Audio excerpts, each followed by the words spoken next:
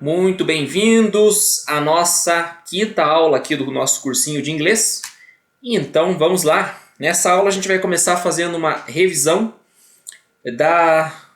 do que a gente viu até agora, que foi basicamente o verbo to be nas formas affirmative, negative, interrogative, os subject pronouns, né, que são ali os he, she, it, I, né, que traduzindo seriam os nossos eu, ele, ela e etc. E os articles também, né? The e a, an, que são basicamente o a, os, as, no caso do the, e o né? Uma, né? No caso do I ou o an, que a gente já vai rever aqui nos exemplos. Também o que eu chamo basicamente de normal verbs, ou seja, os verbos que eu considero normais. Mas isso é uma definição minha, tá? Não está em livro, não é oficial. Também nas formas affirmative, negative e interrogative. You ready? Você está pronto? So, let's go!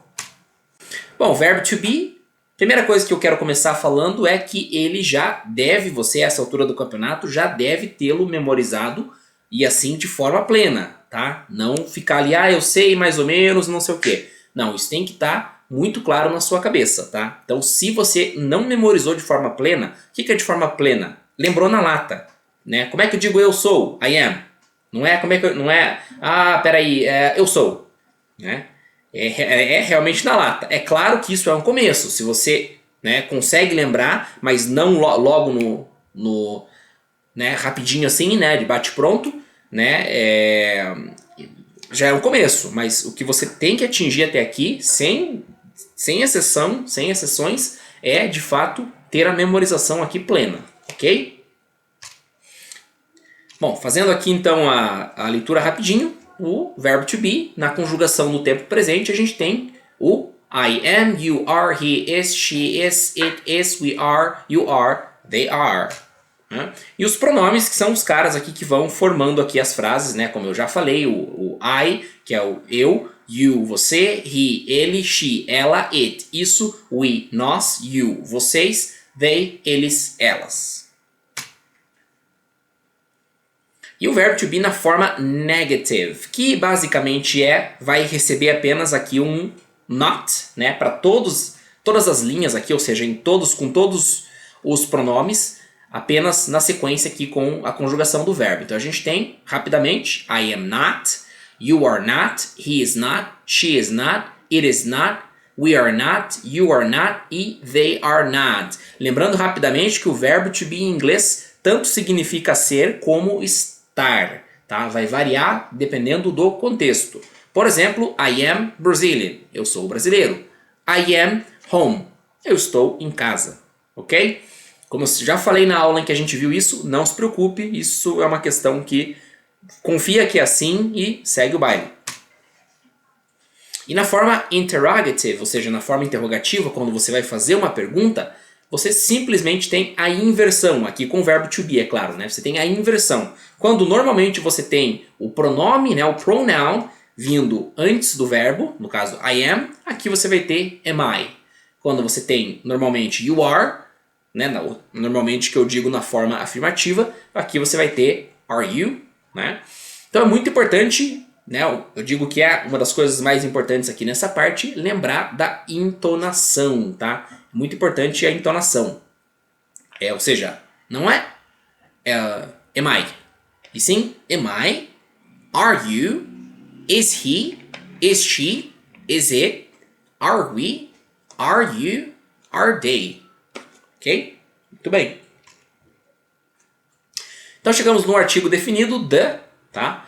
Que basicamente significa o, a, os, as. E aqui revemos uma característica muito importante do inglês, em contraste com a nossa língua portuguesa, que é a ausência de, pelo menos aqui no artigo, de gênero, tá? Gênero e número, tá? Ou seja, tanto vale para o, tanto vale para a, como para os e as. Aí depender do contexto. No caso da frase he is the president, ele é o presidente. Ou a presidente se for uma mulher, claro. I am the best, eu sou o melhor ou a melhor. We are the leaders, nós somos os líderes, né, ou as líderes. No caso líderes, né, em português, perdão. We are the leaders. Nós somos os líderes ou as líderes.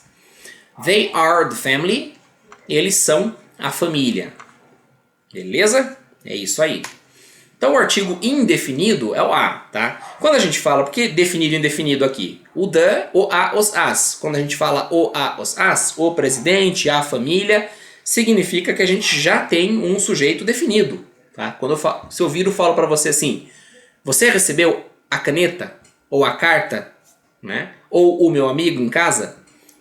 Com certeza nessas frases você já tem um objeto ou uma pessoa já contextualizada. Ao contrário do a, que é o um ou uma. Tá? Então se eu digo assim, he is a friend, ele é um amigo. Não importa qual, é um amigo. I am a doctor, eu sou um doutor, um médico. Não importa, enfim, no caso aqui, que tipo de doutorado, né? We are a team, nós somos um time, um entre tantos. They are a family, eles são uma família, uma entre tantas. Tá? Então esse é o artigo indefinido, a. Agora quando que a gente usa o an, que é o a com o n junto? Pela questão fonética. Ou seja, quando você tem, por exemplo aqui, né, né, o a, e logo na sequência a gente tem uma palavra começando com vogal, a gente vai precisar desse n para que a frase soe naturalmente, tá? Para mais detalhes, pode voltar lá na aula em que eu falo sobre isso. Acredito que é a aula número 3, mas verifica lá. Então, he is an old friend.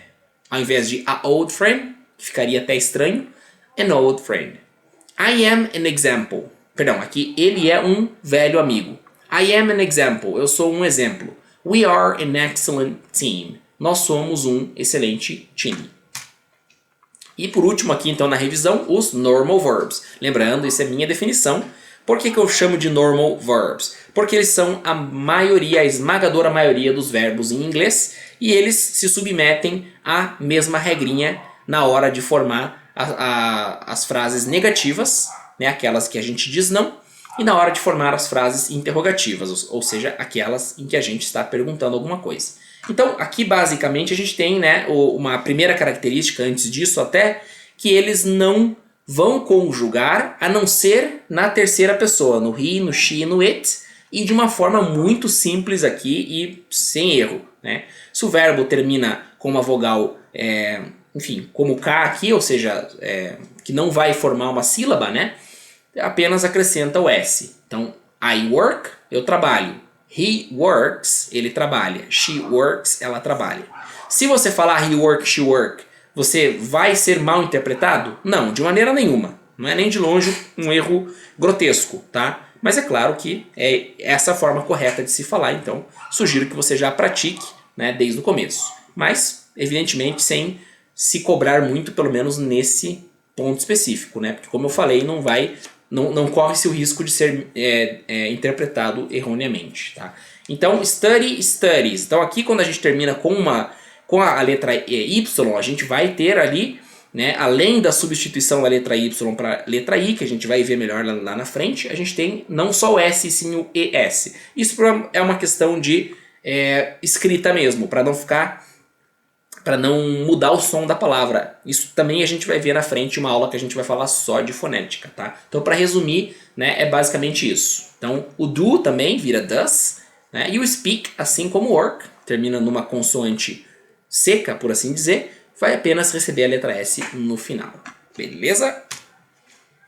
Então, na forma afirmativa, a gente tem, né, normalmente, assim, né, seguindo, digamos, o padrão do verbo to be até. Sujeito, né, no caso aqui o pronome, dois pronomes, I, you, o verbo e o complemento. Exemplo, I like you, you speak German. Exatamente aqui nesses exemplos a mesma coisa que o verbo to be na forma afirmativa.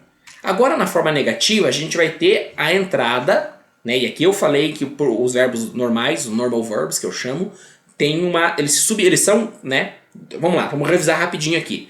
Eles não vão ter a conjugação, como a gente tem em português, né, a não ser na terceira pessoa do singular, he, she, it, e é daquela forma que eu expliquei ali, qualquer coisa volta ali no slide anterior, na parte do vídeo onde eu estou no slide anterior. Né? Então essa é a característica número 1.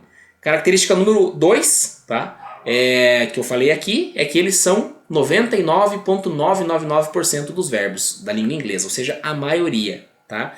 E a característica número 3 é que eles se submetem a uma regra, né, que eu não falei agora há pouco e que eu estou falando agora, que é a questão do auxiliar do. Tá? Como a gente já viu na tabelinha de verbos normais, o do é um verbo normal, significa fazer, executar.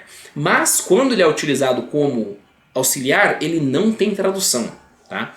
Aí você me pergunta, cara, não tem tradução, então como é que faz? Não faz, não traduz. Coloca, mas não traduz. É o que eu sempre falo. Confia, segue o jogo, segue o baile. Tá bom? Então aqui, por exemplo, I do not like you. Ou I don't like you. Eu não gosto de você. You do not speak Chinese. Ou you don't speak Chinese. Tá? Eu tô falando ou porque o que eu falei depois do ou é a forma que se fala mesmo. Você só fala I do not like ou you do not like se você estiver aprendendo, evidentemente, né? Ou se você quiser enfatizar alguma coisa. Do contrário é I don't like you, you don't speak Chinese e assim por diante. Ok? E na forma interrogativa, interrogative, a gente tem o do lá antes do pronome, né? Então aqui, do you like her? Do you speak Chinese? Quem nunca ouviu, mesmo que nunca tenha estudado inglês, do you speak English? Tá? Então você coloca ali no começo, não tem como traduzir, nem tente, mas é preciso colocar antes dos verbos normais, tá? O que, evidentemente, não vai implicar no verbo to be. O verbo to be não é normal, tá? Nesse meu contexto aqui das aulas. Então não dá para falar assim, por exemplo, do you are? Né? Você é? Não, tá errado. Are you? Então o do não vai casar com o verbo to be, pelo menos não como auxiliar, tá? Eles são como água e óleo, beleza? Então aqui chegamos para a parte da novidade aqui da aula, ou seja, da matéria, da parte em que a gente não é uma revisão, que são basicamente as conjunctions, também conhecido como connectors, conjunções conectores. Na verdade aqui estaremos vendo apenas 4, que são and, with, without, but. Tem mais, evidentemente, mas essas são as 4 que eu quero começar vendo com você aqui nessa aula. Tá? Que basicamente são palavras que juntam frases, daí o nome conjunctions ou connectors, conjunções conectores, porque conectam frases formando uma única sentença, uma única frase. Pegam pequenas frases e formam frases maiores. Vou dar um exemplo aqui. Aqui eu tenho a seguinte mini frase: He is rich. He is rich. Ele é rico. E aqui eu tenho He is happy. Ele é feliz. Agora quando eu coloco o and entre as duas, eu formo uma frase maior e com um contexto um pouquinho diferente, que é He is rich and he is happy. He is rich and he's happy.